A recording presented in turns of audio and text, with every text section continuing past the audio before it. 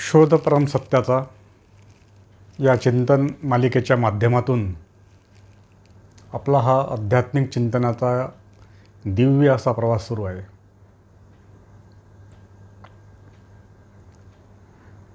प्रत्येक चिंतनामध्ये आपण वेगवेगळे विषय घेऊन त्या विषयावर आपला चिंतन करण्याचा हा प्रयत्न असतो. अर्थातच आपले जे चिंतनाचे सर्व प्रयत्न हे माऊलींच्या चरणी नतमस्तक होऊन लीन होऊन त्यांच्या कृपा आशीर्वादानेच सगळे आपण हे प्रयत्न करीत असतो. आजच्या आपल्या चिंतनाचा विषय आहे गुरु. गुरु या विषयावर यापूर्वी चिंतन झालेलं आहे, परंतु त्या मागील चिंतनामध्ये ज्या काही उणिवा राहिलेल्या असतील, काही त्रुटी राहिलेल्या असतील, त्या या चिंतनामध्ये आपण भरून काढण्याचा प्रयत्न करणार आहोत. तर प्रत्येक चिंतनाच्या सुरुवातीला जो चिंतनाचा विषय असतो त्या विषयावर किंवा त्या विषयाचा शाब्दिक अर्थ शोधण्याचा आपला प्रयत्न असतो आणि त्यानंतर आपलं हा आध्यात्मिक चिंतनाचा हा दिव्य प्रवास पुढे सुरू राहणार आहे. अतिशय दिव्य असा प्रवास आहे आपल्या चिंतनाचा. सर्वांनी ते शांततेनं ऐकावं. आणि विषयही खूप आजचा गहन आहे, साधा विषय नाही आहे. अतिशय गहन आणि व्यापक असा विषय आहे गुरु. परंतु माऊलींच्या कृपेने जे काही चिंतन होईल तो आपला असा प्रयत्न राहणार आहे. मागील चिंतनामध्ये गुरु म्हणजे काय हे आपण पाहिलेलं आहे. पुन्हा उजळणी म्हणून, कारण गुरु या विषयावर चिंतन करताना मागील जे चिंतन झालेलं आहे त्यातले काही संदर्भ आपल्याला घ्यावे लागणारच आहे. त्याशिवाय चिंतनाला अशी गती येणार नाही. म्हणून त्या मागील चिंतनाचे संदर्भ घेऊनच आपण पुढे चालणार आहोत. शास्त्रामध्ये गुरुचा अर्थ सांगितलेला आहे प्रकाशाकडे घेऊन जाणारा. गु म्हणजे अंधार आणि रू म्हणजे घेऊन जाणारा. म्हणजे प्रकाशाकडे घेऊन जाणारं जे तत्व आहे त्याला गुरु असे म्हणतात.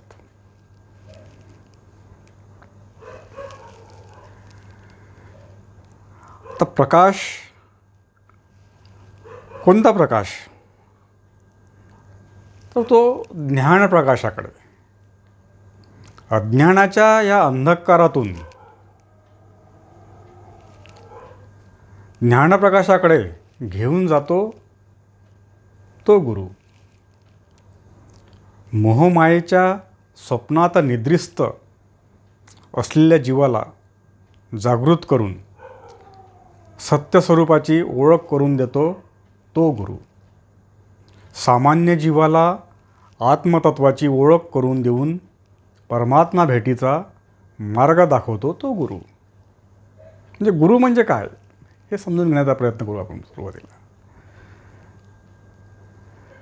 अनेक जन्मापासून गांजलेल्या, अत्यंत दुःखाने पीडित झालेल्या या जीवाला दुःखातून शाश्वत मुक्तीचा जो मार्ग दाखवतो तो गुरु. म्हणजे गुरुचं कार्य काय असतं, कशासाठी गुरु आमच्या जीवनात हवा? तो गुरुचं कार्य हेच असतं की त्या अज्ञानी जीवाला त्या ज्ञानप्रकाशाकडे घेऊन जाणे, का त्याचं त्या जीवनाचं जेणेकरून त्याचं कल्याण होईल, तर उद्धार होईल. आणि जीवनाचं कल्याण करण्याचा मार्ग केवळ एकच आहे, मनुष्यजन्म. मानवी जन्माच्या माध्यमातूनच जीवनाचं कल्याण होऊ शकतं. जीवन अनंत आहे आमचं, जीवनाला अंत नाही. एक देह संपला की दुसरा देह आमच्यासाठी तयारच आहे. कारण सुख दुःख भोगण्यासाठी आम्हाला हे वारंवार जन्म घ्यावा लागतो. कारण की आम्ही कर्मबंधनामध्ये अडकलेलो आहोत, बंदिस्त झालेलो आहोत, बद्ध झालेलो आहोत. आणि कर्मबंधनानुसार आम्हाला सुखदुःख भोगावेच लागतात. कारण कर्माची फलनिष्पत्ती म्हणून आमच्या जीवनामध्ये सुखदुःख येणार असते, आम्हाला भोगावेच लागणार. जसे आमचे कर्म असतील त्या पद्धतीने आम्हाला सुख आणि दुःख भोगावे लागणार. ते सुटलेलं नाही. कर्माचं बंधन आलं की ते सुखदुःख आले. परंतु या कर्मबंधनातून जो मुक्त करतो, शाश्वत मुक्तीचा जो मार्ग दाखवतो, बंधनामध्ये दुःख आहे, जो आम्हाला या बद्धतेतून, या बंदिस्त जीवनातून, या दुःखमय जीवनातून, या मोहमायेत आम्ही जे बंदिस्त झालेलो आहोत, अडकलेलो आहोत, ते की अनेक जन्मापासून आमचं हे चक्र सुरू आहे असं दुःखाचं. अनेकदा आम्ही जन्माला आलो असेल, अनेकदा मृत्यूला प्राप्त झालो असेल, परंतु आमचं दुःख काही संपलेलं नाही. कारण जन्म मरणामध्ये दुःखच आहे. जन्म आणि मरण आलं की तिथे दुःख आलं. परंतु आम्ही त्या दुःखाला सुख समजतो आणि आम्ही जे शाश्वत सुख आहे त्या दिशेने आमचा जाण्याचा कधी आम्ही प्रयत्न करीत नाही. कारण की सगळं आमच्या या जीवनावर त्या मायेचा प्रभाव असतो आणि माया आम्हाला त्या दिशेनं जाऊ देत नाही, त्या परमसत्याच्या दिशेनं, त्या ज्ञानप्रकाशाकडे. परंतु जीवनामध्ये ज्यावेळेस आमच्याकडून सत्कर्म घडतात, त्या सत्कर्माची फलनिष्पत्ती म्हणून आमच्या जीवनामध्ये योग्य असा एक मार्गदर्शक कुठेतरी आम्हाला मिळतो आणि तो योग्य त्याच्या मार्गदर्शनामुळे आमच्या जीवनामध्ये एक फार मोठा बदल घडून येतो आणि आमची वाटचाल मग त्या अंधकारातून त्या ज्ञानमय प्रकाशाकडे सुरू होते. जीवनामध्ये परिवर्तन करणारं असं जे तत्त्व आहे त्यालाच असं गुरुतत्व म्हटलेलं आहे. गुरु हा कोणी व्यक्ती नाही आहे. व्यक्ती हा केवळ माध्यम असतो. गुरु हे एक तत्व आहे. जे तत्व ते कोणत्याही माध्यमातून का असेना, कोण्या व्यक्तीच्या माध्यमातून आमच्या जीवनात येईल, कोणत्या ग्रंथाच्या माध्यमातून येऊ शकेल. अनेक प्रकारचे माध्यम आहे जगामध्ये. त्या माध्यमातून आमच्यापर्यंत ते विचार येणं महत्त्वाचं आहे. कारण की शेवटी विचाराच्या माध्यमातूनच आम्हाला आमच्या जीवनाचा उद्धार करायचा आहे.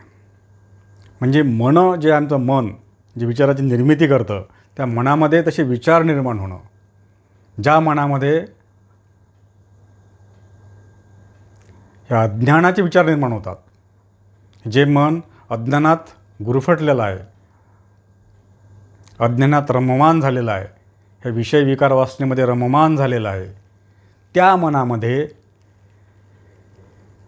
त्या परमसत्याकडे जाण्याचे विचार प्राप्त होणं, तसे विचार मनात येणं, तिकडे जावंसं वाटणं, हे कार्य गुरुचं आहे. म्हणजे मनाला त्या दिशेने वळवणं, तो मार्ग दाखवणं, का जो मार्ग आम्हाला त्या परमसत्य परमात्म्याकडे घेऊन जाणार आहे,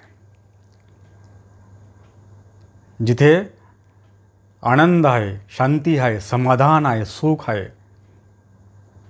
पूर्णत्व आहे, शाश्वतता आहे. ते परमसत्य प्राप्त करण्याचं जे तत्व आहे, परमात्म तत्व, त्या परमात्म तत्वाला प्राप्त करण्याचा जो मार्गदर्शक असतो तो गुरु असतो. तो कोणी असू शकतो. विशिष्ट असं व्यक्ती असं म्हणता येणार नाही. ते तत्व कोणालाही असू शकतं. कोणत्याही माध्यमातून जीवनामध्ये ते परिवर्तन होऊ शकतं.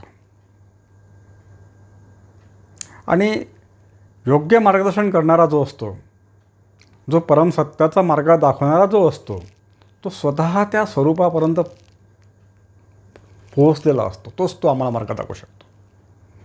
ज्याला ते स्वतः ते स्वरूप ज्यानं प्राप्त केलं आहे, तो जे स्वतः ती अनुभूती ज्यांनी घेतलेली आहे, तोच आम्हाला त्या मार्गाने घेऊन जाऊ शकतो. आता आम्हाला एखाद्या गावाला जायचं आहे, तो जो व्यक्ती त्या गावाला जाऊन आलेला आहे, तोच आम्हाला योग्य पद्धतीनं मार्गदर्शन करू शकतो की या गावाला जाण्यासाठी कोणत्या मार्गाने जावं लागेल, कारण कशा पद्धतीने जावं लागेल, कोणत्या वाहनानं जावं लागेल. ह्या सगळे ते जाण्याचे जे खास खडगे आहेत, जो मार्ग आहे, सगळं त्याला माहीत असतं आणि तोच योग्य दिशा आम्हाला सांगू शकतो, योग्य मार्गदर्शन करू शकतो. कारण की तो तिथे जाऊन आलेला असतो. तसंच आमच्या जीवनाचं जे कल्याण किंवा आमच्या जीवनाचं जे सार्थक आहे ते कशामध्ये आहे हे गुरुला माहीत असतं. कारण की त्या गुरुने ते साध्य स्वतःच्या जीवनाचं कल्याण केलेलं असतं, स्वतःच्या जीवनाचं सार्थक त्या गुरुचं झालेलं असतं. आणि ज्याचं हे झालेलं आहे, ज्यानं तो मार्ग तो त्या तत्वापर्यंत पोहोचलेला आहे, ज्यानं ते प्राप्त केलेलं आहे, तोच आम्हाला त्या तत्वापर्यंत घेऊन जाण्यासाठी योग्य मार्गदर्शन करू शकतो. स्वतः तर जायचं स्वतःलाच आहे. गुरु तुम्हाला तिथे घेऊन जाऊ शकत नाही. जायचं स्वतःलाच आहे. फक्त गुरुच्या माध्यमातून आम्हाला जे मार्गदर्शन मिळतं ते अतिशय मोलाचं असतं. आणि त्याच मार्गावर आम्ही जर चलत राहिलो तर निश्चितपणे आम्ही आमचं ते जीवनाचा उद्धार करू शकतो, जीवनाचं कल्याण करू शकतो. आणि ज्याच्यासाठी हे आमचं जीवन प्राप्त झालेलं आहे, तो मुख्य जो जीवनाचा उद्देश आहे तो आम्हाला प्राप्त करता येऊ शकतो. आणि ते परमसत्य, स्वतःचंच परमसत्य आम्हाला प्राप्त करून घ्यायचं. आम्हाला काही वेगळं नाही. आम्ही जे फक्त त्या तत्वापासून आम्ही जे विसर पडलेला आहे स्वस्वरूपाचा, आमचं स्वरूप जे आहे त्या तत्वाचा आम्हाला विसर पडलेला आहे हे गुरुला माहीत असतं. आणि ह्या सर्व जीवांना त्यांचं ते स्वरूप प्राप्त व्हावं, त्याचं मूळ स्वरूपात तो जीव लीन व्हावा, तिथेच तो पोहोचावा, स्वगृही पोहोचावा, यासाठीच सर्व जीवाची धडपड असते. आणि गुरुची पण तीच धडपड असते. स्वतःला ते प्राज्ञा प्राप्त झालेलं असतं, त्याचा वाद नाही. परंतु इतरांनाही ते प्राप्त व्हावं ही तळमळ असते गुरुची. आंतरिक ते मुळातच ती व्यवस्थाच तशी आहे. ज्याला जे प्राप्त झालं आहे त्याने तो अनुभव घेतलेला आहे, तो स्वस्थ बसत नाही. त्याला तर हे सुद्धा जीव दुःखातून मुक्त झाले पाहिजे. स्वतः त्याने दुःखातून, तो गुरु जो असतो तो दुःखातून मुक्त झालेला असतो आणि तोच आम्हाला योग्य मार्गदर्शन करू शकतो. आणि इतरांनाही ते दुःखातून मुक्त करण्यासाठी ते सतत प्रयत्नशील असतात. त्यांनाच गुरु म्हटलं गेलेलं आहे. कारण की ते कशा पद्धतीने प्राप्त करायचं आहे हे आम्हाला माहीत नसतं. आमची आंतरिक तळमळ तीच आहे. आम्हाला स्वतःचं स्वस्वरूप प्राप्त करण्याचं, आम्हाला तो आनंद प्राप्त करायचा आहे. आम्हाला असं दुःख कोणाला आवडत नाही. या दुःखातून आम्हाला मुक्त व्हायचं आहे. आणि असं जे आनंदमय आणि असं शांतिमय आम्हाला जीवन जगावं असं वाटतं, समाधानाचं जीवन जगावं असं वाटतं. परंतु त्या दुःखातून मुक्त होऊन तो आनंद, ती शांती, ते समाधान ते कशामध्ये आहे ते गुरुला माहीत असतं. आणि गुरुला ते प्राप्त झालेलं असतं आणि तेच आम्हाला योग्य मार्गाने घेऊन जाऊ शकतात. जर आम्ही गुरुने सांगितलेल्या मार्गाने जर योग्य पद्धतीनं जर आम्ही ते मार्गस्थ राहिलो तर आम्हीसुद्धा एक दिवस निश्चितपणे ते प्राप्त आम्हाला होतं. पोचतो आम्ही त्या आमच्या साध्यापर्यंत. चलत राहायचं, कधी ना कधी पोचणार, वेळ लागेल. कारण की आम्ही शेवटी ह्या कर्मबंधनामध्ये बंदिस्त आहोत. अनेक जन्मोजन्मी आम्ही जे कर्म करत आलेलो आहोत, चांगलं वाईट, आमच्याकडून जे पापपुण्य घडलेलं आहे त्याचे परिणाम आम्हाला भोगावेच लागणार आहे. त्याचे फळं सुखदुःखाच्या माध्यमातून. कर्म नष्ट झाल्याशिवाय आम्हाला तो मार्ग मिळणार नाही, आम्हाला ते तत्व प्राप्त होणार नाही. परंतु त्या मार्गाने चलत राहायचं आणि निश्चितपणे आम्ही एक दिवस पोहोचणार. कारण की संतांनी सांगितलेला तो मार्ग आहे. गुरु हे संत आणि गुरु एकच असतात.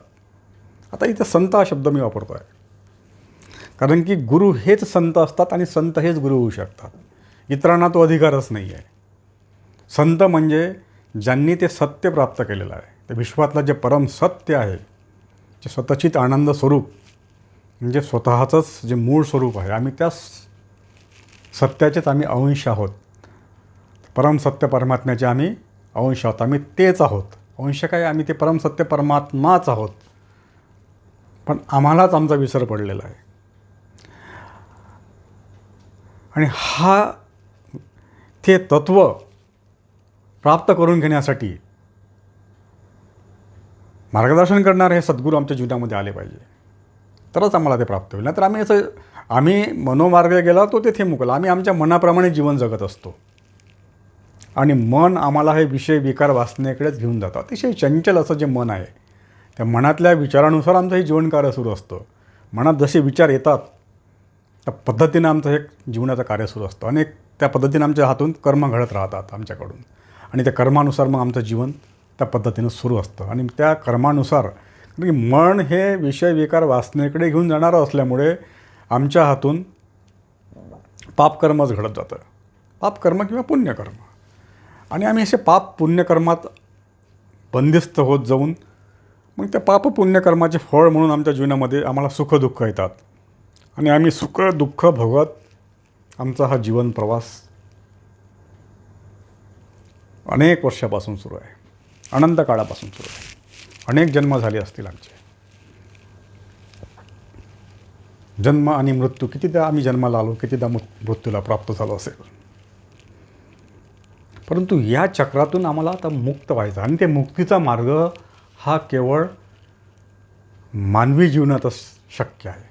ते मुक्तीचं द्वार म्हटलेलं आहे मानवी जीवनाला. आणि मुक्तीचा द्वार आणि ह्याच जन्माच्या माध्यमातूनच आम्हाला मुक्त होता येतं. इतर दुसरा आमच्याकडे पर्याय नाही आहे, ती व्यवस्था नाही आहे. परमसत्य परमात्म्याने ही व्यवस्था एक करून ठेवलेली आहे का ते जीवाला दुःखातून मुक्तीचं कुठंतरी एखादं पर्याय उपलब्ध असावा, एखादं साधन उपलब्ध असावं म्हणून हा देह त्यांनी दिलेला आहे, मानवी जीवन, मानवी देह. की तू असा दुःख जरी भोगत असला तरी एक तुला संधी दिली आम्हाला ती परमेश्वरानं. एक संधी आहे की मानवी जीवनाच्या माध्यमातून तू या चक्रातून मुक्त होऊ शकतो आणि तुझं सत्य स्वरूप म्हणजे तू मला येऊन मला प्राप्त करू शकतो, म्हणजेच भगवंताला, परमात्म्याला. म्हणजे स्वतःला प्राप्त करण्यासाठी भगवंताने दिलेली एक संधी आहे मानवी जीवन. आणि संधीचा जो योग्य उपयोग करून घेतो तो या दुःखमय चक्रातून मुक्त होतो. पुन्हा अजून त्याला ते अनेक जन्म, अनेक प्रकारच्या जीवनाच्या माध्यमातून तो दुःख भोगीत, यातना भोगीत, कष्ट भोगीत त्याला तो जीवन प्रवास करावा लागणार. एकदा का हा मानवी जन्म निघून गेला की अतिशय प्राणी, कीटक, पशु, पक्षी, झाडे, अनेक प्रकारचे जन्म त्याला घ्यावे लागतील, सांगता येत नाही. आणि त्या जन्माच्या माध्यमातून केवळ त्याला दुःखच भोगावे लागणार आहे. कारण की त्याला त्या भोगयोनी म्हटलेलं आहे. आणि मानवी जीवन हे कर्मयोनी आहे. इथे काहीतरी करण्याची संधी दिलेली आहे. इथूनच मुक्त होण्याची पण संधी दिलेली आहे.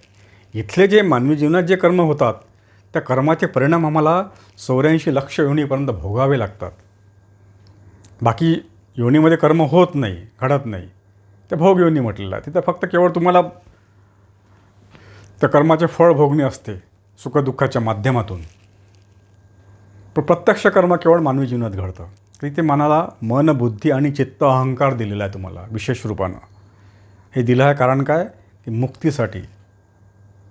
आणि ज्या कामासाठी आम्हाला हे देह दिलेलं आहे मुक्त होण्यासाठी, ते आम्ही सोडून इतर गोष्टी आम्ही करत राहतो. तिकडे त्या मार्गाने जात नाही आणि पुन्हा या भवसागरामध्ये, या मोहमायेमध्ये, या अत्यंत दुःखमय चक्रामध्ये पुन्हा आम्ही अडकत राहतो. हा असा प्रवास आमचा आहे जीवनाचा.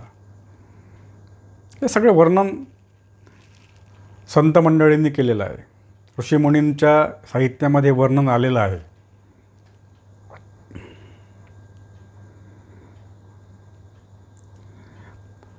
आपला आजचा चिंतनाचा विषय आहे गुरु.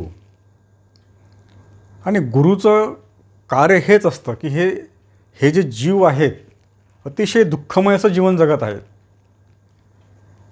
कारण की तो गुरु त्या माध्यमातून तो गेलेला असतो, त्या चक्रातून तो त्यांना ते अनुभवलेलं असतं ते दुःख. इतरही जीवांना ते दुःख भोगावं लागू नये आणि जीवनाचा खरा अर्थ सर्वांना कळावा की जीवन काय आहे, कशासाठी आहे आम्ही आलो. आम्हाला हे मानवी जीवन जे प्राप्त झालेलं आहे अनेक जन्माच्या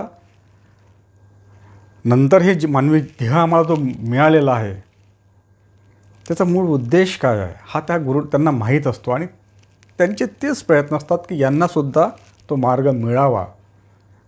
नाही ते पोचणार, पण मार्ग जरी मिळाला तरी कधी ना कधी पोचणार. या जन्मात नाही, पुढल्या नाही, कधीतरी. पण योग्य मार्गानं त्यांना दाखवणं हे गुरुचं कार्य असतं आणि ते दाखवतात. परंतु आमचं कुठंतरी पापकर्म असतं, आमचे कुठंतरी सत्कर्म कमी पडतात, आम्हाला तिकडे जावंसं वाटत नाही. गुरुचं कार्य करत राहतो. एवढं आमच्या जीवनामध्ये वेळोवेळी आम्हाला सद्गुरू मिळत राहतात, कोणत्या ना कोणत्या माध्यमातून आम्हाला ते सांगत असतात. संत मंडळी, ईश्वरनिष्ठ मंडळी आमच्या जीवनामध्ये येत राहतात, वेळोवेळी येत राहतात आणि आम्हाला योग्य मार्गदर्शन ते करत राहतात. ग्रंथांच्या माध्यमातून, त्यांच्या साहित्याच्या माध्यमातून, त्यांच्या वचनाच्या माध्यमातून, प्रत्यक्षपणे अनेक माध्यमातून आमच्यावर तो वर्षाव सुरूच असतो मुक्तीचा. हे जीवनाचं कल्याण कशात आहे, जीवनाचा उद्धार कशामध्ये आहे, कशा पद्धतीनं आम्हाला ते प्राप्त होईल, तो आनंद, ज्या आनंदाची आम्हाला तळमळ आहे, आंतरिक तळमळ आहे आम्हाला काहीतरी प्राप्त करण्याची, आनंदाची, व्यापकतेची, पूर्णत्वाची, शांतीची, समाधानाची. पण ते सर्व ह्या ज्या आमची जे तळमळ आहे, आम्ही ह्या भौतिक जगामध्ये ते शोधत असतो. पण इथे नाही, मिळणार नाही ते. असा आमचा दिशाहीन आम्ही त्या पद्धतीने ते जीवन जगत असतो. जिथे नाही तिथं आम्ही शोधतो आणि जिथे आहे त्या मार्गाने आम्ही जात नाही. त्यासाठी हे कार्य गुरुचं आहे. योग्य मार्गाने, योग्य मार्गदर्शन करून कोणत्या मार्गाने जीवानं जायला पाहिजे, याच्यासाठी मार्ग योग्य कोणता आहे. आम्ही असं भरकटल्यासारखं जीवन जगतो. मन अतिशय चंचल, सैरभैर आहे. चंचल मन आम्हाला कुठे घेऊन जाईल त्याचा काही भरोसा नाही.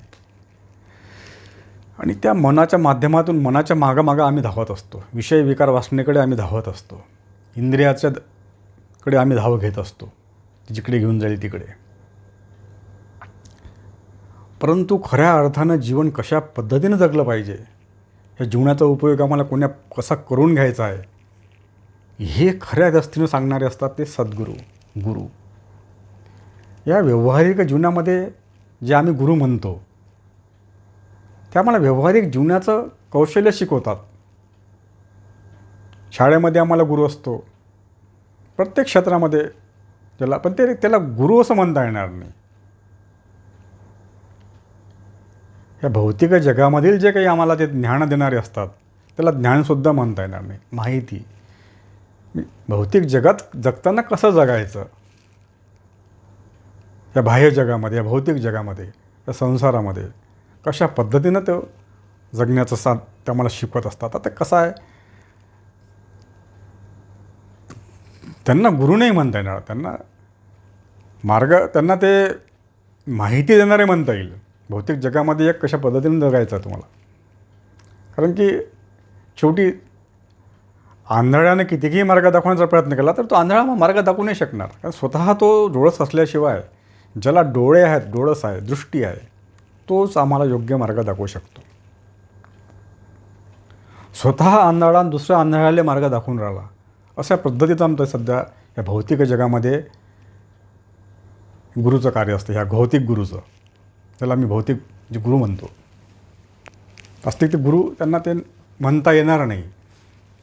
पण आम्ही तो शब्द वापरतो जीवन जगताना. तर ते स्वतःच आंधळ्या, त्यांना स्वतःलाच माहीत नाही. त्यांना जे काही माहिती आहे ते तुम्हाला फक्त सांगतात ते, निश्चित त्यांनाही काही माहीत नसतं. ते ज्या विषयाचं तुम्हाला ते ज्ञान देतात त्याच्यातही ते परिपूर्ण नसतात. त्यांनी जेवढं काही त्यांना माहीत आहे तेवढंच ते तुम्हाला सांगतात आणि तुम्हालासुद्धा मग त्या पद्धतीनं मग तुम्हीसुद्धा त्याच असं भरकटल्यासारखं, असं म्हणजे आंधळ्याला रस्ता दाखवणे अशातला प्रकार आहे तो. त्यालाही स्वतःला माहीत नाही, तुम्ही आंधळे, तोही रस्ता दाखवणारे आंधळा, कोण कुठे चालला काही माहीत नाही. असं एकंदरीत हे सगळं भौतिक जगामध्ये असंच भरकटलेलं जीवन आहे. काही कोणाला माहीत नाही. तो म्हणतो हे चांगलं आहे, याच मार्गाने योग्य आहे, असं आहे. आम्हालाही तो मार्ग योग्य समजून आम्ही आंधळ्यासारखं चालत राहतो. आम्हालाही माहीत नसतो ते काय आहे, त्यालाही माहीत नसतं. असं हे जीवन आहे. पण ज्याला खरोखर या विश्वाचं रहस्य कळलेलं आहे, जे परमसत्य ज्याला गवसलं, अवगत आहे, प्राप्त झालं, तोच खऱ्या अर्थानं योग्य मार्गदर्शन करू शकतो, योग्य दिशा दाखवू शकतो. जीवनाचा उद्धार कशामध्ये आहे तोच सांगू शकतो. आणि त्याच मार्गाने जाण्यात आमचं जीवनाचं कल्याण आहे. आणि हे मार्गदर्शक असतात केवळ संत. संतांना त्या सत्याचा बोध प्राप्त झालेला असतो, त्यामुळे तेच आम्हाला त्या सत्याच्या मार्गाने घेऊन जाऊ शकतात. इतरांना तो अधिकारच नाही. ज्यांना ते प्राप्त झालेलं आहे तेच गुरु होऊ शकतात. गुरु तर अनेक आहे या जगामध्ये. अध्यात्मामध्ये गुरु आहेत, भौतिक जगामध्ये गुरु आहेत, शाळा कॉलेजमध्ये गुरु आहेत, व्यावहारिक गुरु आहेत, संसारातले गुरु आहेत, प्रापंचिक गुरु आहेत, सगळ्या पद्धतीचे गुरु आहेत, धार्मिक गुरु आहेत, धर्मगुरू. परंतु खऱ्या अर्थानं जो गुरु म्हणतो आम्हाला त्याला, कारण जो आम्हाला तो अज्ञानाच्या अंधकारातून जाऊन त्या ज्ञान प्रकाशाकडे तो घेऊन जातो, ते गुरु फार क्वचित मिळतात. ते गुरु केवळ संतच असू शकतात.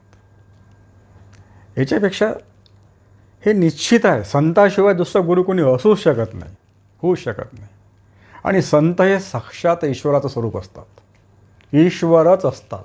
म्हणजे गुरु हे तत्त्व, गुरु हा ईश्वरच असतो. ईश्वराशिवाय आम्हाला दुसरा कोणी गुरु असू शकत नाही.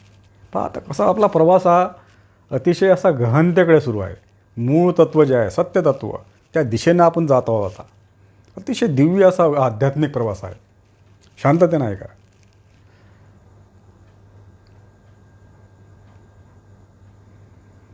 पहिलं आपण गुरुच्या माध्यमातून आपण हे सगळं आपला प्रवास सुरू केला. पहिले गुरु, पण गुरु हा संत असतो हे समजून घेण्याचा प्रयत्न केला. तर संताशिवाय गुरुत्व प्राप्त होऊ शकत नाही. कारण गुरुचं कार्य आहे मार्गदर्शन करणे. कशाचं मार्गदर्शन? तर जीवनाचं जिथे कल्याण आहे, जिथे जीवनाचा उद्धार होतो, ज्यासाठी हे जीवन प्राप्त झालेलं आहे, हे मनुष्य जीवन आम्हाला ज्या कामासाठी प्राप्त झालेलं आहे, ते प्राप्त करण्यासाठी जे मार्गदर्शन करतात ते गुरु. आणि मार्गदर्शन करणारे हे कोण असतात? ते गुरु हे संत असतात. कारण संत का असतात? कारण की संतांना ते सत्य प्राप्त झालेलं असतं. आणि ज्यांना ते सत्य प्राप्त झालं आहे ते ईश्वरच असतात. सत्य प्राप्त झालं की तो ईश्वर झाला. ईश्वर काही वेगळा नाही आमच्यापासून, काही कोणी वेगळं असं काही हे नाही आहे. ते आम्ही जे चित्रामध्ये पाहतो, आमच्या ज्या कथानकामध्ये जो उल्लेख आलेला आहे, पितांबर घालून, सोन्याचा मुकुट घालून, भरझरी वस्त्र, हातात आयुध, आणि असं हे जे स्वरूप आम्हाला जे फोटोमध्ये दिसतं आहे, ते सगुण भक्तीमध्ये एक तो प्रकार आहे. तो आपला आजचा विषय नाही आहे. त्या माध्यमातून आम्हाला सगुणाकडूनच निर्गुणाकडे जाता येतं. तो सुरुवातीचा प्राथमिक स्तर आहे. तो सगुणाच्या माध्यमातून पुन्हा ते निर्गुण तत्वाकडे. परंतु ईश्वर तत्व हे निर्गुण निराकार तत्व जे आहे, हे मूळ स्वरूप आहे ईश्वर तत्वाचं. सगुण साकार हे मूळ स्वरूप नाही आहे. त्या आधारानं आम्हाला त्या तत्वापर्यंत जायचं आहे. त्याला मूळ नाही आहे, ते सत्य नाही आहे. ते सगुण स्वरूप सत्य नाही आहे. पण त्याचा आधार त्याला आम्ही नाकारता येत नाही. कारण की त्या आधाराच्या माध्यमातून आम्हाला ते तत्त्व प्राप्त, कारण की कुठेतरी कशाचा तरी आम्हाला आधार घ्यावा लागणार आहे. आम्हाला काहीच माहीत नाही, तर लहान मुलांना काहीच माहीत नसतं. त्याला ते शिकवताना त्याला त्याच्या खेळण्याच्या माध्यमातून शिकवावं लागतं. की बाळा हे चेंडू दांडू एक, म्हणजे एक शिकवताना त्याला चेंडू दांडूचं उदाहरण द्यावं लागतं. तसं त्याला एक कळत नाही. हळूहळू तो 1, 2 मग पुढे असं त्याची प्रगती होत जाते. परंतु सुरुवातीला त्याला ते त्याच्याच जे आवडीचे जिथे त्याचं मन रमतं, जिथे त्याची आकलन शक्ती जिथे काम करते, तेच त्याला सांगावं लागेल त्याच्या बुद्धिमत्तेनुसार. तसंच हे सगुण रूप हे सुरुवातीच्या काळात ठीक आहे, त्याचं एकदम त्याला नाकारता येत नाही. कारण ते आवश्यक आहे. ज्याला काहीच माहीत नाही त्याला सगुण रूपाच्या माध्यमातूनच तो भक्तीचा प्रवास त्याचा सुरू होतो. सुरुवातीला तुम्हाला तेच कमी पडणार आहे. सगुण रूप, मूर्ती, मंदिर, देव, नामस्मरण, नामचिंतन, हा असा प्रवास हळूहळू मग तो प्रगतीच्या दिशेने आम्हाला त्या निर्गुण निराकार तत्वापर्यंत पोचता येतं. आणि गुरु पण तेच कार्य करतात. त्याची जशी क्षमता आहे त्या पद्धतीनंच त्याला ते मार्गदर्शन करत असतात. जसे विद्यार्थ्यांना शिक्षक शिकवताना त्या विद्यार्थ्याची क्षमता पाहून, त्याची एकंदरीत आकलन शक्ती पाहून, त्याची जी बुद्धिमत्ता पाहूनच त्याला ते त्या पद्धतीनं त्याला शिकवलं जातं.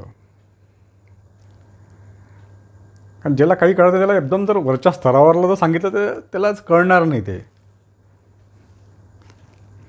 त्यासाठी हा मार्ग आहे. तर आपलाचा हा प्रवास आता आपण थोडासा वेगळ्या दिशेने गेलो होतो. गुरु या विषयाकडे आपण बोलूया. गुरुतत्व.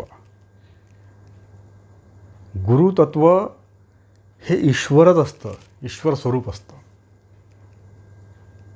आणि गुरु हा ईश्वराशिवाय दुसरं कोणी होऊ शकत नाही. कारण की त्या तत्वाकडे जे आम्हाला प्राप्त करायचं आहे, जी आमची तळमळ आहे, जे आम्हाला प्राप्त करण्याची आंतरिक जी तळमळ आहे, जन्मतःच अनेक जन्म झाले आमची तीच तळमळ आहे, परंतु इतर जीवाच्या माध्यमातून ती व्यवस्था नाही आहे ते प्राप्त करण्याचं, ते ईश्वर तत्व. परंतु मानवी जीवनाच्या माध्यमातून ती व्यवस्था करून ठेवलेली आहे परमेश्वराने. आणि आता ती संधी आम्हाला प्राप्त झालेली आहे. आणि आंतरिक तळमळ तीच आहे जन्मजन्मीची आमची, ते परमेश्वर तत्व प्राप्त करण्याची. कारण आमचं ते मूळ तत्व आहे, मूळ स्वरूप आहे ते आमचं. तिकडेच धाव राहणार आमची. ज्याचं जे मूळ स्वरूप असतं ते तिकडेच धाव घेत असतं. आम्ही त्याचे अंश आहोत, आम्ही तेच आहोत. परंतु तिथून आम्ही तुटलेलो आहोत, विसर पडलेला आहे या मायेच्या प्रभावामुळे. माया आडवी आली आमच्या. आणि त्याच तत्वापर्यंत जाण्यासाठी आम्हाला तेच तत्व घेऊन जाऊ शकतो, दुसरं कोणी नाही घेऊन जाऊ शकणार मला. त्याला जर प्राप्त करायचं असेल किंवा तिथं जायचं, आता प्राप्त काही करण्यासारखं ते पहा, आता अजून अधिक आम्ही खोलात गहनतेकडे जात आहोत. म्हणूनच मी त्याला म्हटलं आहे आध्यात्मिक दिव्य असा प्रवास आहे हा. फार फार कमी ठिकाणी तुम्हाला असं ऐकायला मिळाले.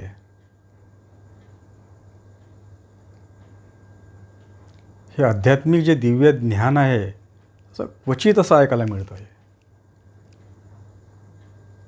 आपण पहा अजून अधिक ते आता त्या म्हणजे गहनतेकडे आपल्याला प्रवास सुरू आहे. आध्यात्मिक जी गहनता असते ती समजून घेण्याची. कारण की गुरु हा ईश्वर असू शकतो, दुसरा कोणी गुरु असू शकत नाही. आधी आपण संतापर्यंत आलतो, मग संत हेच ईश्वर असतात आणि ईश्वरच गुरु असू शकतो, दुसरा कोणी गुरु असू शकत नाही.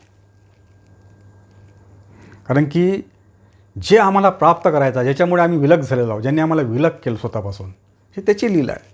तोच आम्हाला स्वतः सामावून घेऊ शकतो, दुसरा नाही करू शकत हे कार्य. संपूर्ण विश्वावर त्या परमसत्य परमात्म्याची सत्ता आहे. संपूर्ण विश्वावर त्याचंच आहे सगळं, त्याचीच लीला आहे. आणि तेनंच आम्हाला वेगळं जर केलं असेल, त्याच्यापासून आम्ही जे विलग झालेलो आहोत, त्यालाच अधिकार आहे तो सामावून घेण्याचा. योग्य वेळ तो आम्हाला स्वतःच सामावून घेतो. ते विलग केल्यामुळे आम्ही दुःखमय जीवन जगत आहोत. परमात्म्यापासून तुम्ही विलग झाले की तुम्ही दुःखात आले, बस. परमात्म्याचं विस्मरण म्हणजे दुःख आणि परमात्म्याचं स्मरण म्हणजे सुखाचा मार्ग. तर तो मार्ग तुमचा सुरू झाला. त्याच्या स्मरणात आलं की तुम्ही त्या दिशेने तुमचा, त्या सुखाच्या दिशेने, आनंदाच्या दिशेने, त्या परम आनंदाकडे तुमचा प्रवास सुरू होऊन जातो वापस. त्याचं स्मरण घडलं की, त्याचं विस्मरण घडलं की लगेच दुःखाकडे तुम्ही चालले ते विनाशाकडे. हे सिद्धांत आहे हा भौतिक जगाचा, ह्या नियतीचा.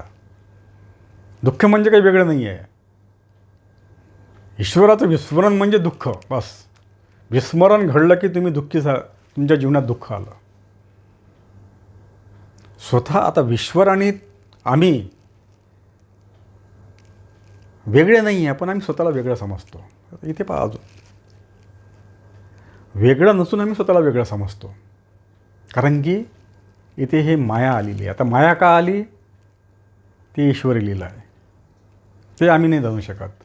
दैव जाणाले कोणीही जाणू शकलं नाही. हे का घडलं, असं का घडते? अनेकदा असे प्रश्न निर्माण केले जातात. मग ईश्वरानं का निर्माण केलं बस? त्याच्याच आम्ही जर अंश आहोत, त्याचेच आम्ही लेकरं आहोत, मग तो लेकरांना असं दुःखी का बरं करतो? काय गरज चालली त्याला? या प्रश्नाचं उत्तर तुम्हाला नाही मिळू शकणार. तुम्हाला केवळ ते स्वतःचं जे मूळ स्वरूप आहे ते प्राप्त केल्यानंतर सर्व प्रश्नाचे उत्तर मिळतात. मग पण असे तुम्हाला ह्या त्या परमेश्वरापासून वेगळं राहून तुम्ही प्रश्नाचे शोध घेत बसाल तर तुम्हाला काहीही प्राप्त होणार नाही, काही मिळणार नाही. त्याच्याशी लीन झाले की सगळ्या प्रश्नाचे उत्तर मिळतात. तिथे प्रश्न शिल्लकच राहत नाही, ती व्यापकता प्राप्त होते. आणि त्याच्यापासून वेगळं झालं की सगळे प्रश्नच प्रश्न आहे आमच्या जीवनामध्ये. मग अनेक प्रश्न निर्माण होतात. जोपर्यंत त्याच्यापासून आम्ही वेगळं आहोत तोपर्यंत आम्हाला कशाचंच उत्तर मिळत नाही. सर्व आमच्या जीवनामध्ये असा प्रश्नाचा गोंधळ निर्माण होतो. हे कसं, ते कसं, ते कसं, आणि त्या प्रश्नातच आम्ही असं गुरफटत भटकत राहतो.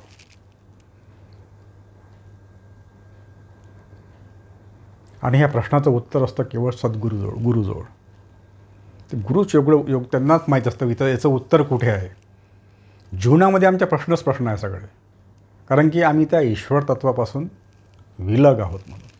आता विलग नाही, आम्ही एकच, त्याच्यापासून विलग म्हणून नाही आहे. पण स्वतःला आम्ही वेगळं समजतो, कारण की ते आमचं जे मन आहे हे सगळे हे मनाचे भ्रम आहे. सगळे ही मनाच्या माध्यमातून सगळं हे सगळं सुरू आहे जीवनाचं कार्य.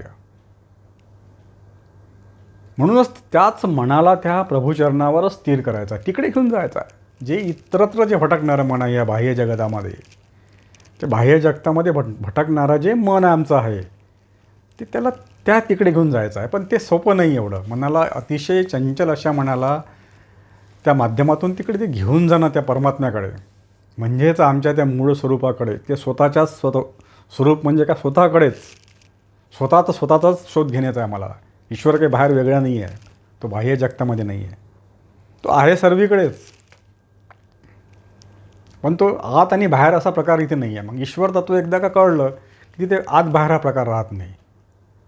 आहे तो सर्वव्यापक आहे, म्हणून त्याला आत असतो आणि बाहेर नसतो असा प्रकार नसतो तिथे. बरेचदा सांगण्यात येतं आम्हाला, शोधिशी मानवा राहुळी मंदिरी, नांदतो देव हा आपुल्या अंतरी. तू बाहेर काय शकतो, देव तुझ्यातच आहे. तर देव सर्वत्रच आहे. तो तुझ्यातही आहे, माझ्यातही आहे आणि तो सर्वत्र आहे, असं त्याचं व्यापक स्वरूप आहे. केवळ आतमध्येच आपल्यात आहे असं नाही आहे. परंतु त्याच्या मागची भूमिका समजून घेण्याची भूमिका ही असते की आम्ही आमच्यातच आमचं जे मूळ स्वरूप जे आहे ह्या अशा पद्धतीनं ती रचना केलेली आहे त्या गाण्याची, त्या गीताची किंवा त्या अभंगाची, की स्वतःचा शोध स्वतःलाच घ्यायचा आहे. स्वतःचा शोध स्वतःला लागला की संपूर्ण विश्वाचा शोध तुम्हाला लागला म्हणून समजा. तिथे काही मिळवण्याचं काही इच्छा राहत नाही आणि काही गमवण्याचं भय राहत नाही. पूर्णत्व प्राप्त होतं त्या जीवाला.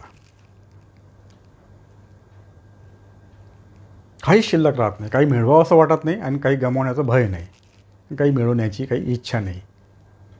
व्यापकता प्राप्त होते, सर्व व्यापकता. ईश्वर कसा आहे, सर्वव्यापक आहे, विश्वव्यापक आहे. विश्व कसं आहे, अनंत आहे, त्याचा अंतच नाही. अनादि अनंत असं ते विश्व आहे. आणि सर्वव्यापक आहे म्हणजे तेच विश्वव्यापक आहे, एकच आहे. असं हे व्यापक तत्त्व एकदा प्राप्त झालं, ते पूर्णत्व प्राप्त झालं की मग ह्या लहान लहान गोष्टीचं त्याचं ते स्वरूप एकदा प्राप्त झाल्याशिवाय तुम्हाला त्या स्थितीत गेल्याशिवाय ते कळणार पण नाही. इथे शब्दाच्या माध्यमातून ते वर्णन करता येत नाही ती स्थिती कशी आहे. संतांना ती स्थिती प्राप्त झालेली आहे. ते सत्य, तो आनंद, ती व्यापकता, ते विश्वव्यापकते. अनुरेणुनी तो कडा तुका आकाशा एवढा, ही स्थिती असते संतांची. हे विश्वची माझे घर, ऐसी मती जयाची स्थिर, आपणाची झाला चराचर. हे संपूर्ण विश्वच माझं घर आहे, म्हणजे मी विश्वमय आहे. आणि विश्व कसं आहे, अनादि अनंत आहे, सर्वव्यापक आहे, त्याचा अंतच नाही. अशा स्थितीत ते पोचलेले असतात संत मंडळी, ज्यांना ते स्वतःच्या स्वस्वरूपाचा ज्यांना बोध झाला, म्हणजेच त्या ईश्वर तत्वाचा बोध झाला.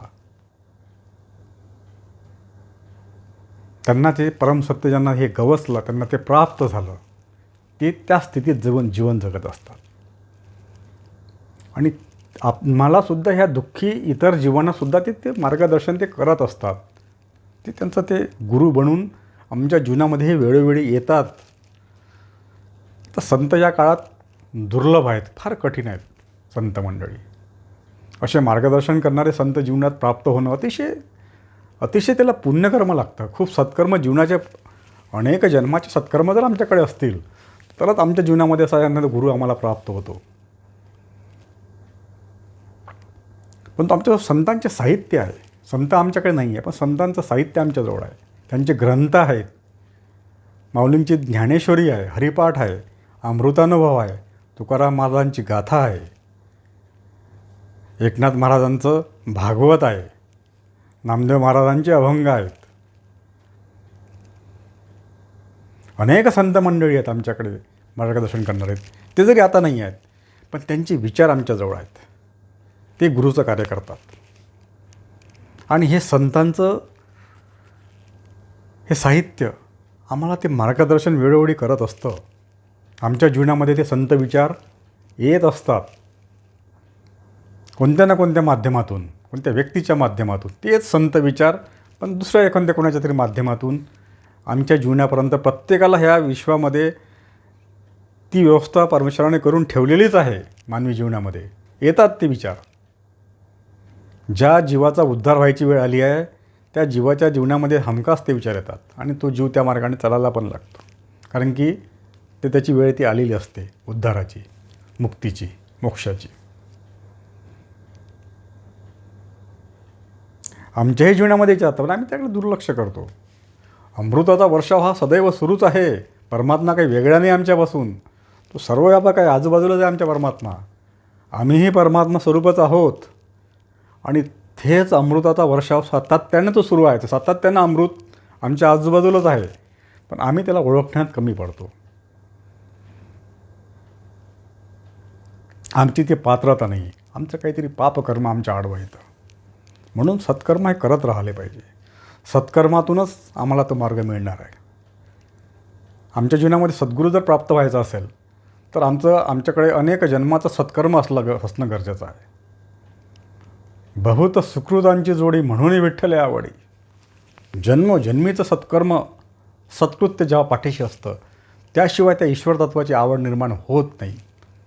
आणि एकदा का ईश्वर तत्वाची आवड निर्माण झाली तरी की मग स्वतःहूनच ते ईश्वर तो व्यवस्था करतो. तुमच्या जीवनामध्ये ते गुरुतत्व तुम्हाला प्राप्त होतं.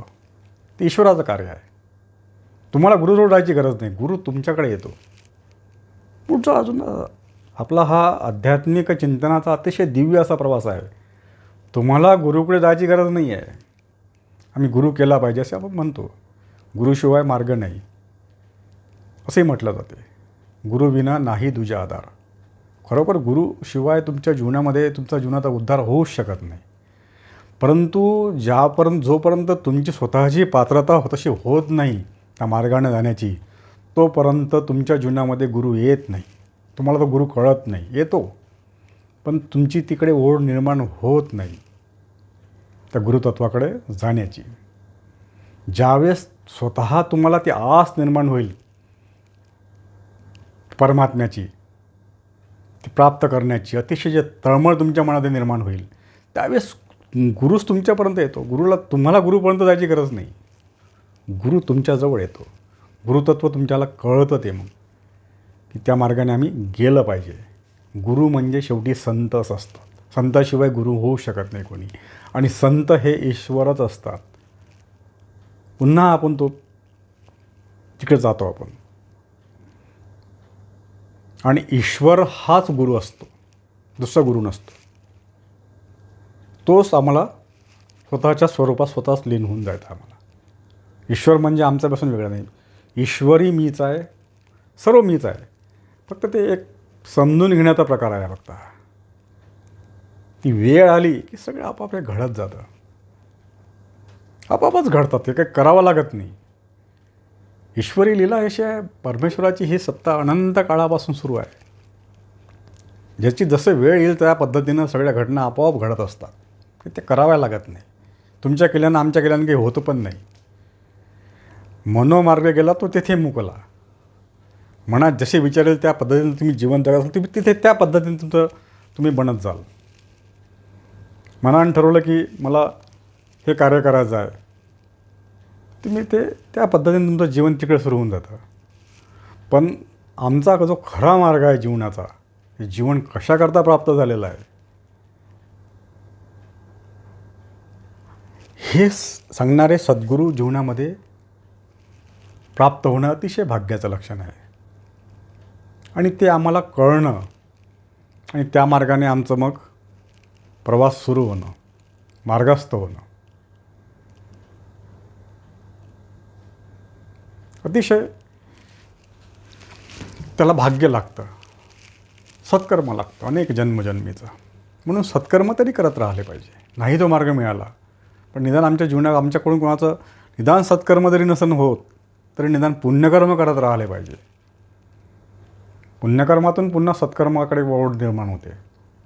आणि नाही पुण्यकर्म जर होत असेल तर निदान पापकर्म तरी करू नये, वाईट काही करू नये.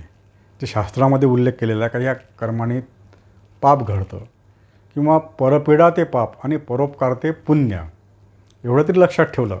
कारण की जीवनामध्ये, मानवी जीवनामध्ये आम्हाला एक सद्बुद्धी दिलेली आहे, चांगलं आणि वाईट पारखण्याची. तिचा योग्य प्रकारे आम्ही उपयोग केला पाहिजे. परमेश्वराने स्वतः सगळी व्यवस्था करून ठेवलेली आहे त्याच्यापर्यंत पोहोचण्याची. परंतु जायचं आम्हाला आहे, ती व्यवस्था नाही आहे मग जाण्याची. तुम्हाला तो घेऊन जाणारा नाही आहे, तो वाट पाहतो तुमची. तुम्ही काय एक पाऊल पुढे टाकलं तर परमात्मा तुमच्याकडे 100 पावलं समोर येतो तुमच्या मदतीसाठी. मागे पुढे उभा राहा सांभाळीतं.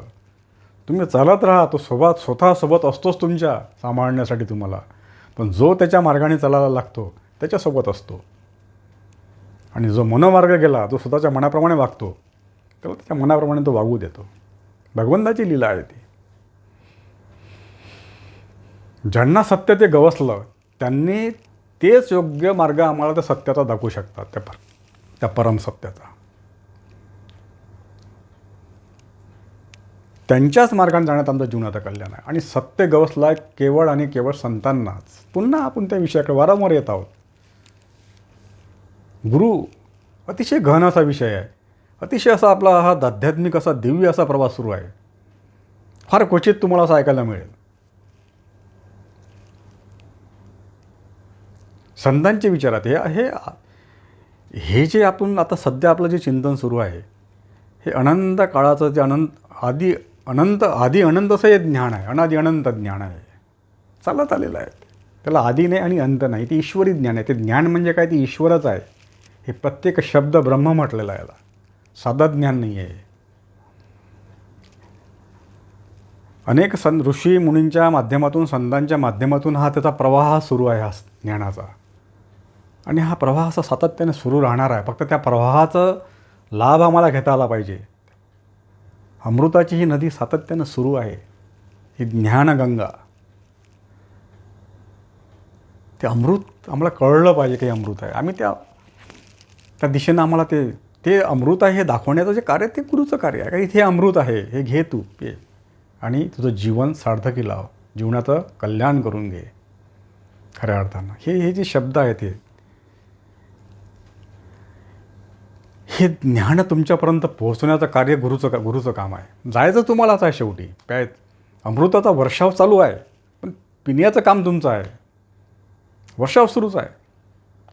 संत विचारांच्या माध्यमातून, संत साहित्याच्या माध्यमातून, कोण्या ना कोण्या माध्यमातून हा अखंड असा वर्षाव सुरू आहे अमृताचा. पण प्रत्यक्ष तुम्हाला पिण्याचं काम तुम्हाला स्वतःला करावं लागणार आहे. ते तुम्ही करत नाही. आणि अमृत आहे तुम्हाला त्याची ओळख पण नाही.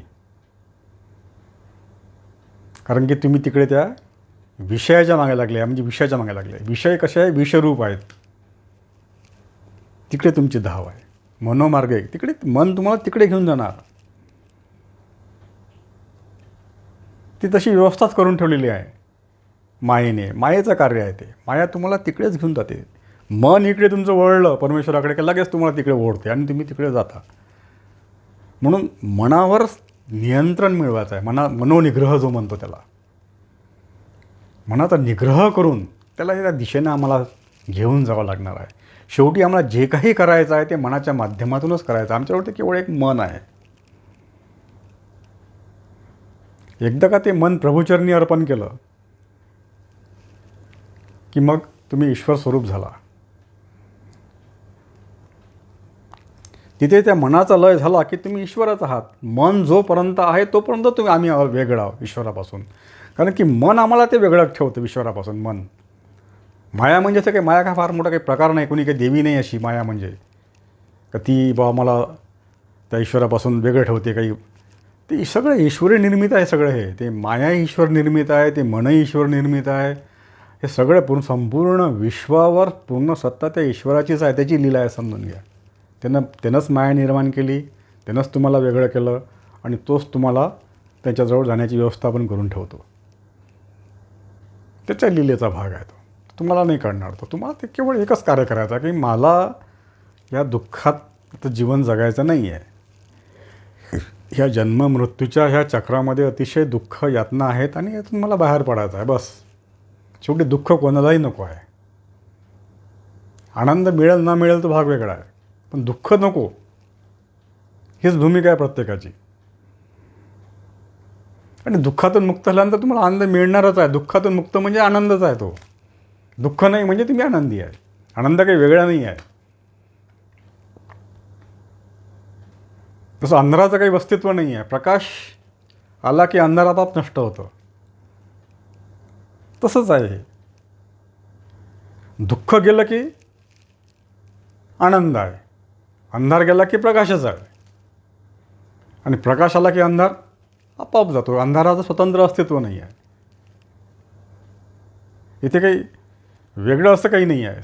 सगळं जे आहे ह्या संपूर्ण विश्वामध्ये आम्हाला जे काही दृश्यरूपानं दिसतं, जे काही आम्ही पाहतो, सगळ्या गोष्टी ह्या ईश्वर स्वरूपच आहेत. त्याही काही वेगळ्या नाही आहेत.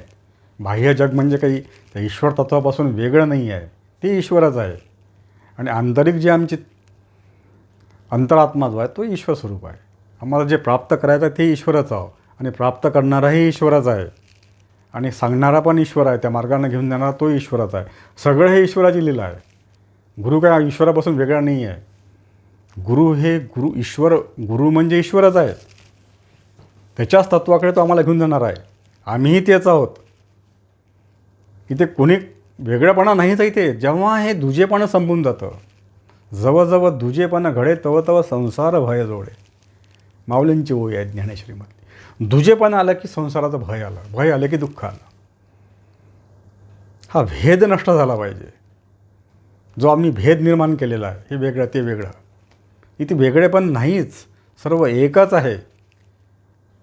आणि हेच कार्य गुरुचं आहे. काय भेद नाही सांगण्याचं कार्य गुरुचं आहे.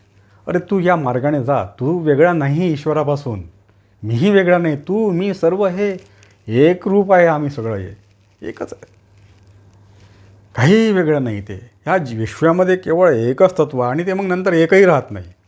ते नाहीच आहे की ती त्याच्याही पलीकडली स्थिती आहे. मग ते गुरु नाही, मी नाही, देवही नाही, ईश्वरी त्याच्याही पलीकडलं. मग काही जिथे नावाचा विषयच येत नाही तिथे. तसं शब्दही हे तिथं निरुपयोगी ठरतात. शब्दाच्या बंधनातसुद्धा ते तत्त्व राहत नाही. मग शब्दाच्या पलीकडील तत्त्व आहे ते परमसत्य परमात्मा तत्त्व. सत्य हे आम्ही त्याला नावं दिलेली आहेत. परमात्मा, सत्य, गुरु, हे सगळे आम्ही आम्हाला केवळ समजण्याकरता आणि समजावून सांगण्याकरता आम्ही हे नावं ठेवलेले आहेत. त्याला शब्दाती तो बद्ध होणारा नाही आहे. शब्द त्याला लागूच पडत नाही कोणतेच. ती एक स्थिती आहे, तो अनुभव आहे, तो घ्यायचा आहे फक्त. त्या स्थितीत आम्हाला फक्त जायचं आहे. आम्ही त्या स्थितीच आम्ही आहोतच, पण आम्हाला त्याचा विसर पडलेला, जायचं पण नाही आहे आम्हाला. हे एक अजून पुन्हा चिंतनाचा प्रवास आपला अतिशय असा गहनतेकडे चाललेला आहे, आणि विषयही हा फार गहन आहे. गुरु एकदा का गुरुतत्व कळलं की जीवनाचा मार्ग त्या कल्याणाच्या दिशेने सुरू झाला म्हणून समजा. त्याला तुमचं जीवन लागलं त्या दिशेने, कल्याणाच्या दिशेने. तुम्ही लागला, तुमचा उद्धार जीवनाचा झाला. गुरुतत्व एकदा का कळलं तुम्हाला की गुरुच घेऊन जाणार आहे तुम्हाला. शेवटी गुरुतत्व हेच खरं त्या अर्थानं मार्गदर्शक आहे जीवनामध्ये आमच्या. तुमच्या जीवनाचा मार्ग दाखवणारा तत्व तेच आहे गुरु. जो आम्हाला योग्य मार्गदर्शन करतो तो गुरु. आम्हाला माहीत नाही काय आहे तर ते माहीत नसताना जो माहीत करून देतो त्याला ते माहीत असतं काय आहे. ही माहिती देणारा जो मार्गदर्शनाचा हा जो दुवा आहे मधला, त्याला गुरुतत्व म्हटलेलं आहे. म्हणजे ईश्वर आणि ईश्वराचा अंश, ईश्वर आणि त्याला प्राप्त करण्याचा तळमळ असलेला जीव, याच्यामधला जो दुवा आहे ते एक गुरुतत्व आहे. कोणी गुरुतत्व म्हणजे कोणी व्यक्ती नाही आहे, ती एक माध्यम आहे आम्हाला त्या परमेश्वराकडे घेऊन जाण्याचं. ते कोणत्याही माध्यमातून आम्हाला ते तत्त्व प्राप्त होऊ शकतं. ते कोणी काही मनुष्य असला पाहिजे असं नाही, कोणत्याही माध्यमातून होऊ शकतं. ते काही ना काही ना उपजतच झालेलं आहे. आपोआपच त्यांना ते तत्त्व कळतं. जन्मतःच त्यांना तर ते ज्ञान घेऊन जन्माला येतात. माऊलीसारखे, माऊलींना कुठं गुरु, माऊलींचे गुरु होते निवृत्तीनाथ, स्वतःचेच त्यांचे मोठे बंधू निवृत्तीनाथ महाराज. पण त्यांनी फक्त केवळ त्या लोकांच्या, इतर लोकांना त्या गुरुचं महत्त्व कळावं म्हणून त्यांनी ते गुरुस्थानी दादांना केलं, त्यांच्या निवृत्तीदादांना. कुठे जुन्यामध्ये गुरुतत्वाचं महत्त्व कळण्यासाठी. आणि माऊलींना गुरुची काही गरज नव्हती. स्वतः ते महाविष्णूचा अवतार म्हटलेला आहे ज्ञानेश्वर माऊलींना. त्यांना काही गरज नव्हती गुरु करण्याची, पण स्वतःच्या दादाला त्यांनी सन्मान केला निवृत्तीनाथांचा. आणि जीवनामध्ये कुठेतरी गुरुतत्वाचा आधार घेतला गेला पाहिजे. लोक असं भरकटलेलं जीवन जगू नये, कुठेतरी काहीतरी त्यांना आधार असावा. आणि नेमकं जे तत्त्व आहे गुरुतत्व हे कळावं. खऱ्या अर्थानं आम्हाला जे मार्गदर्शन करणारं जे तत्त्व आहे, खऱ्या अर्थानं आम्हाला त्या परमसत्याकडे घेऊन जाणारं जे तत्त्व आहे, अज्ञानी जीवाला त्या ज्ञानप्रकाशाकडे जे घेऊन जाणारं तत्त्व आहे ते गुरुतत्व आहे. आणि गुरुतत्व हे कोणत्याही माध्यमातून असू शकतं. त्यांनी स्वतःच्या बंधूलाच गुरु केलं, म्हणजे बंधूसुद्धा गुरु होऊ शकतो असं त्यांना एकंदरीत. म्हणजे संतांचं जीवन हे एक अतिशय असं, हे सगळं जनकल्याणाकरताच त्यांचं जीवन कार्य असतं, त्यांचं चरित्र. त्यांच्या त्या जीवनाच्या चरित्राच्या माध्यमातून त्यांना ते जनतेला काहीतरी उपदेश द्यायचा असतो. त्यासाठी त्यांना ह्या सगळ्या लीला कराव्या लागतात. माऊलींना कोणी शिष्य नव्हते. त्यांनी गुरु केला स्वतःच्याच वडील बंधूंना. त्यांच्याशिवाय वडील बंधूंना पण दुसरं कोणी शिष्य नव्हते माऊलीशिवाय. त्यांचेच भाऊबंद, त्यांचेच भावंड हेच त्यांचे शिष्य. आणि त्याच भावंडाचे ते गुरु. यांनाही माऊलींना कुठे शिष्य होते. त्यांनी कुणाला शिष्य केलं नाही, कुणाचे ते गुरु पण झाले नाही. त्यांना लोक मानतात गुरु. आता आम्ही मानतो, माऊलींना गुरु मानतो. अनेक संत मंडळी गुरु मानतात. तुकाराम महाराजांनी माऊलींना गुरु म्हटलं, गुरुस्थानी होते. तुकाराम महाराजांना मग शिष्य नव्हते.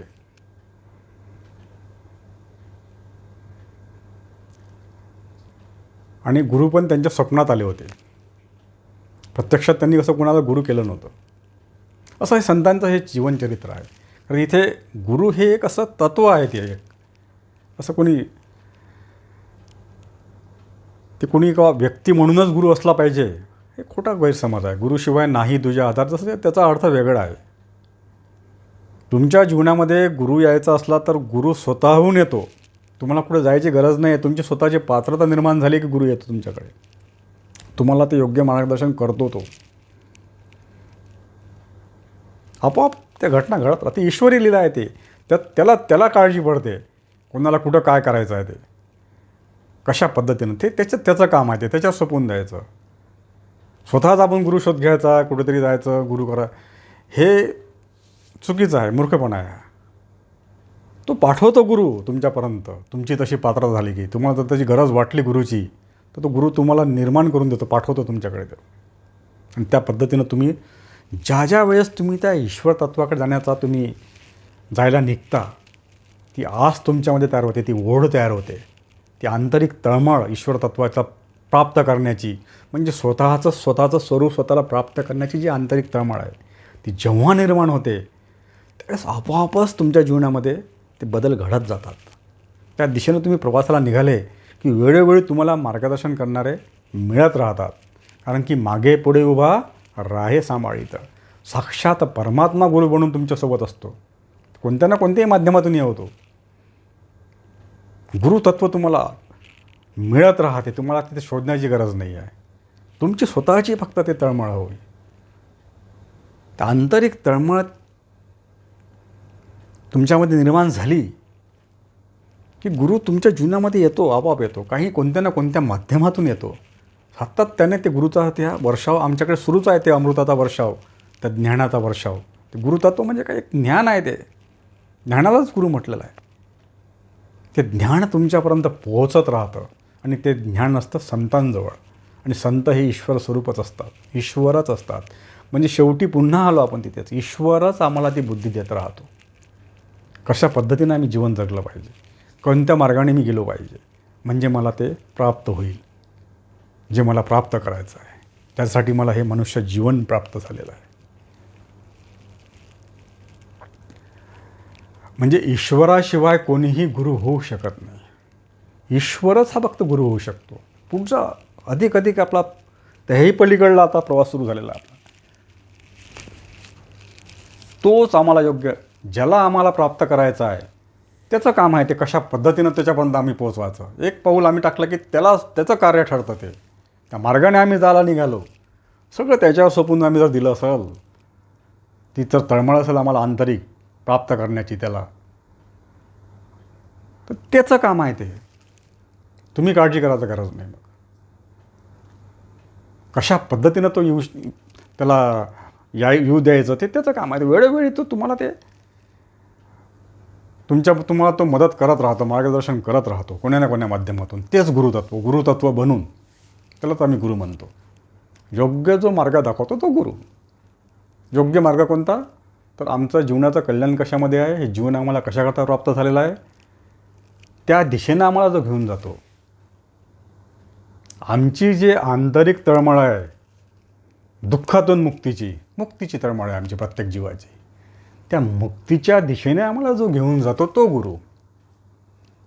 आम्ही ह्या अज्ञानाच्या अंधकारात पडलेलो आहोत, गुरफटलेलो आहोत. दुःख, यातना, कष्ट भोगत आहोत. ह्या जन्ममरणाच्या चक्रामध्ये आम्ही असं अडकलेलो आहोत. या मनाच्या माध्यमातून आम्ही कसं असं मायेच्या प्रभावामध्ये आम्ही जीवन जगत आहोत. त्यातून मुक्त करण्याचा जो मार्ग दाखवतो तो गुरु. आम्हाला आमचं स्वरूप आम्ही आहोतच, आम्हाला ते काही प्राप्त करायचं नाही आहे. इल्यातून मुक्त झालं की ते आम्हाला प्राप्त होणारच आहे. अंधार गेला की प्रकाश आहेच. तसं हे दुःखातून मुक्त झालं की आम्ही आनंद स्वरूप आहोतच, आम्ही विश्वव्यापक आहोतच, आम्ही परमात्माच आहोत. परमात्मा स्वरूप काय, परमात्माच आहोत. ह्या विश्वात परमात्म्याशिवाय अन्य काहीही नाही, काहीच नाही आहे, तोच आहे. तर आम्ही सगळीकडे हे भिन्नत्वानं पाहतो, दुजेपणानं पाहतो. भेदमय आमचा दृष्टिकोन आहे. मनामुळे मन ठरवतं हे वेगळं आहे, ते वेगळं आहे.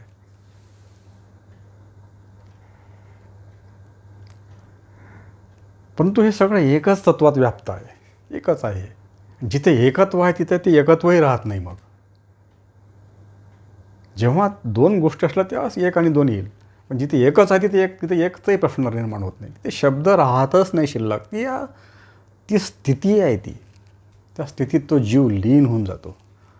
ती स्थिती प्राप्त करण्यासाठी मानवी जीवन आहे.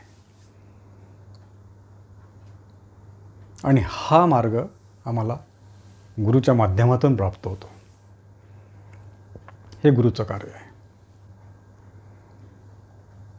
आज आपला चिंतनाचा विषय होता गुरु.